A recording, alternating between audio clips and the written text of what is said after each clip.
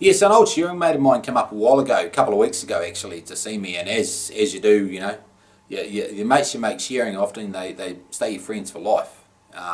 Anyway, he came up and we got talking about things, and he just said to me, he just read my book and been following my writing, and he said, oh, you really should bring out some of the shearing stories, Perky. He said, because, you know, some of them are pretty amazing and pretty funny, and I guess some of them you can't tell, but thought a lot about it, and you know, him and me, we actually saw together in Aussie there for about 3 months up in Omeo in Victoria, and I thought I was a bit of a hot shot shearer back then. I'd done a year or two, and or I'd done a year and I'd cracked 300 on ewes, and went over there. I couldn't break 30 a run on these merinos, and yeah, gear wasn't cutting, and yeah, everything, you know what it's like. If you have anything to do with shearing, you know what I'm talking about.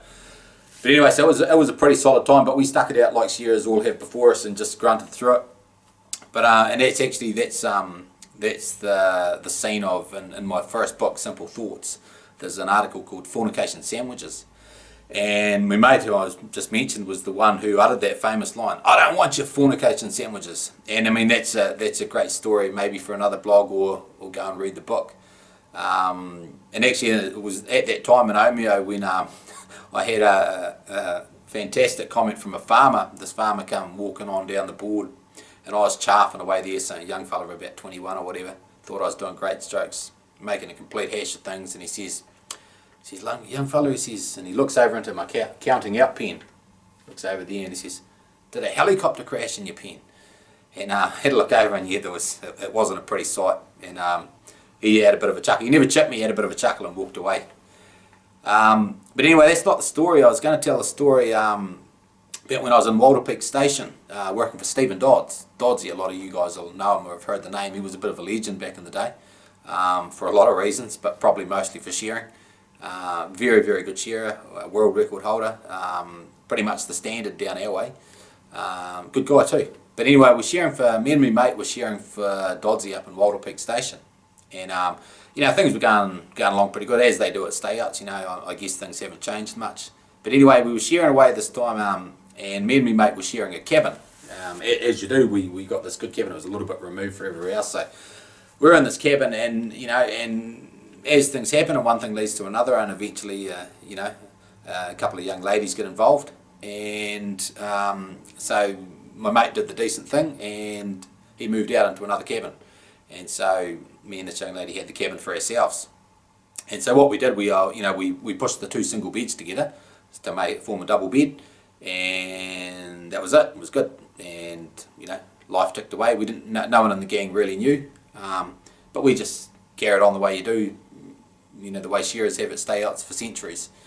But anyway, this particular day, I'm sitting there, I'm lying on the bed, and I'm the only one in the room, and the young lady's away, and my mate's away, and I'm just lying on the bed, probably reading a book or something. And Dodsy, now he doesn't know that anything's happened. As far as he's concerned, me and me mate are sharing this room, you see, because he doesn't know anything different.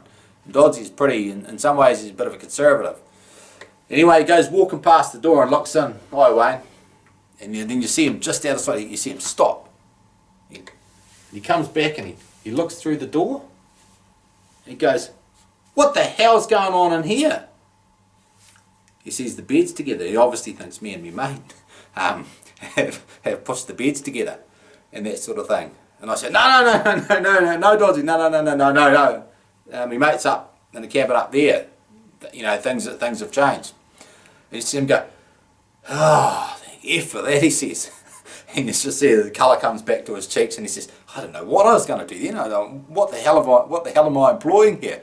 Because that's back in the day, you know, when you know, that's 25 years ago. So you got to see that story in the context of the environment. But look, that was a really, really funny thing that happened, and it was only one of hundreds of funny things, and you'll have as many stories as anyone. But what I am thinking of doing, and it's because a lot of people have told me now, I've been writing for a while, and that there, but I haven't really brought out many of the shearing stories, and there's some really, really good ones. There's actually some that you can't bring out, I guess. But what I'm going to do over the next wee while is I'm going to video blog quite a few of these shearing stories, and most of them are humorous, and some of them are a bit dirty.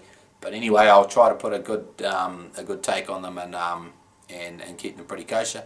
But most of all, they describe a pretty unique industry. So yeah, I'm just going to do that for a bit of fun, and let's see what happens. But anyway, hey, that's it from me. If you liked it, maybe tell someone or share it. And if you don't like it, like I say, push delete.